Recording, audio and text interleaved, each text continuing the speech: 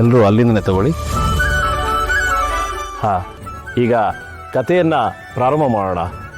ಅಗತ್ಯವಾಗಿ ಸಕಲ ಸಾವಿರಾರು ವ್ರತಗಳಿದೆ ಅಂತೆ. ಆ ವ್ರತಗಳಲ್ಲೆಲ್ಲ ಅತ್ಯಂತ ಅಮೋಘವಾದ ವ್ರತ ಅಂತ ಹೇಳಿದ್ರೆ ಅದು ಸತ್ಯನಾರಾಯಣ ಸ್ವಾಮಿ ವ್ರತಕಥೆ ಅಂತ.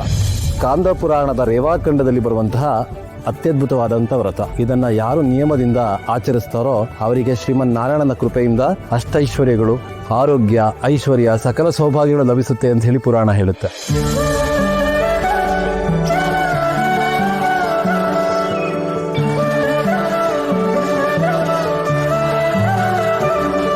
ಸತ್ಯನಾರಾಯಣ ಸ್ವಾಮಿ ವ್ರತಕಥೆಯನ್ನ ಸಂಕಲ್ಪ ಮಾಡಿಕೊಂಡಂತೆ ನೆರವೇರಿಸಬೇಕು. ಈಗ ಮಂಗಳಾರತಿ ಮಾಡ್ಬೋದಾರ ಇದೆ? ಆಗ್ಬೋದಾ?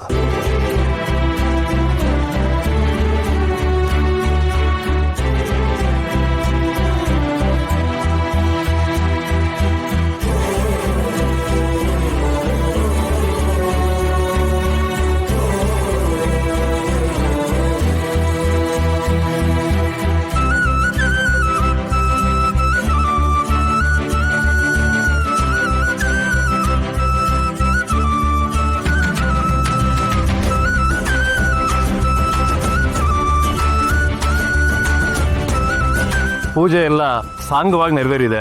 ದಯವಿಟ್ಟು ಒಂದು 5 ಜನ ಮುತ್ತೈದರು ಬಂದು ಆ ಹೆಣ್ಮುಗೆ ಕುಂಕುಮ ಅರಿಶಿನ ಹಚ್ಚಿ ಅಕ್ಷತೆ ಹಾಕಿ ಆಶೀರ್ವಾದ ಮಾಡಿ ಅಮ್ಮ. ಬನ್ನಿ ಕೂತ್ಕೊಳ್ಳಿ ಅಮ್ಮ.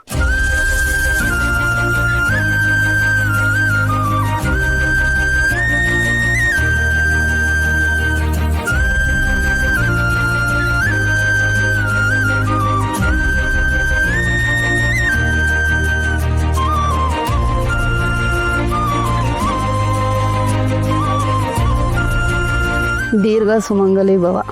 ಇನ್ನಷ್ಟು ಈ ಮನೆ ಚೆನ್ನಾಗಿ ಬೆಳಗಲಮ್ಮ. ಇದು ನಿನಗೆ.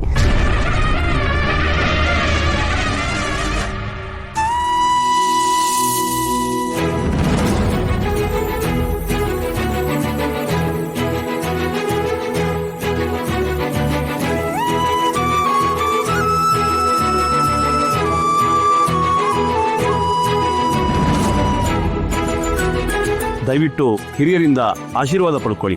ಬನ್ನಿ.